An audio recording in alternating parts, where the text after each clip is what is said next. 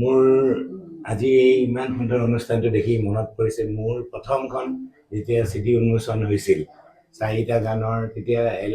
ইপি ৰেকৰ্ড বুলি কয় ইপি ৰেকৰ্ড 4টা গাইছিল হেমেন দাস বৰ সুন্দৰ কণ্ঠ আছিল তেওঁ জয়ন্ত হাজৰিকাৰ শিষ্য আছিল হেমেন দাসে গাইছিল আৰু মই মানে মোৰ যিহেতু কৈছোঁ মোৰ শাস্ত্ৰীয় সংগীতৰ কোনো হেৰি নাই শিক্ষা নাই মোৰ মনলৈ সুৰবিলাক আহি থাকে সুৰবিলাক মই এজন পৰিচালকৰ ওচৰত যাওঁ তেওঁ এইটো মানে ধুনীয়াকৈ সংগীতেৰে সজাই দিয়ে বেলেগে গায় এনেকৈ মোৰ মানে অলপ নাম হৈছিলে এইখিনি মোৰ তেনেকৈ সেই 4টা গান যেতিয়া কৰিলোঁ প্ৰথম মোৰ সুৰৰ গান বেলেগে গাব তেতিয়া কোনে উন্মোচন কৰিব আমি বহুতে ক'লে তপস্য লালিদেৱৰ ওচৰত আমি বিশিষ্ট গীতিকাৰ তপস্য লালি ছাৰৰ ওচৰত গ'লোঁ গৈ পেলাই তেওঁ সুধিলে মোক বোলে হেমন্ত লোৱাচোন আৰু কি স্কেলত কৰিছে গান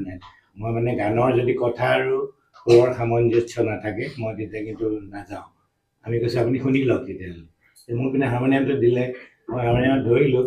কিন্তু তেওঁ সুধিলে মানে কি স্কেলত কৰিছে মইতো স্কেল মানে কি নাজানো মোৰ এনেই সুৰবিলাক আহি থাকে মই গাই দিওঁ বেলেগে সংগীত পৰিচালকে স্কেলত বনাই লয় মই মুখখন মেলি চাই আছোঁ তেখেতৰ বোলে তেতিয়া আকৌ সুধিলে কি স্কেলত কৰিছে মই যেতিয়া ক'ব নোৱাৰিলোঁ তেওঁ এটা হিণ্টছ দিলে বোলে ABCD কি স্কেল মই তেতিয়া মানে ডাক্তৰ হৈছোঁ দেই মানে পাছ কৰিছোঁ আৰু ষ্টেটস্কোপডাল থাকে অলপ বাহাদুৰি ভাব গতিকে মই মানে কৈছোঁ বোলে হেৰি ABCD দেখোন সৰু ল'ৰা ছোৱালীয়ে জানে সেইকাৰণে মই অলপ পিছপিনে কৈ দিওঁ বুলি W বুলি কৈ দিওঁ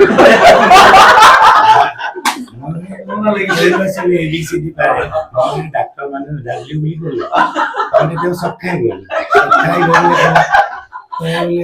W তেতিয়া মানে মোৰ লগত জামান বুলি এজন ডক্তৰ গৈছিল তেওঁ মঙলদৈ গৌৰীদিন আছিলে গাইনকলজি ডক্তৰ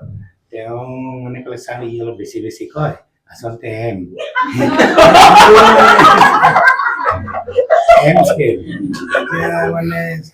ছাৰ ইমান মানে হেৰি আছে অমায়িক আছিল মানুহজন বেলেগ হ'লেতো গতিয়ে উলিয়াই দিলে হয় চাগে তেওঁ ক'লে দাদাহঁতে তোমালোকে ইমান ধুনীয়া সুৰ চুৰ কৰিছা কিয় ভালকৈ শিকি নোলোৱা কথাখিনি স্কেল কাক কয় তেতিয়া তেওঁৱে ক'লে বোলে ABCD এই যে সপ্ত স্বৰ আমাৰ যিটো এই তাৰে এনেকৈ 7টাহে থাকে তুমি W ক'ৰ পৰা পাবা গতিকে মানে এই কথাটো মোৰ আহিয়ে মনত পৰিছে Stay informed, stay ahead. News Any 365.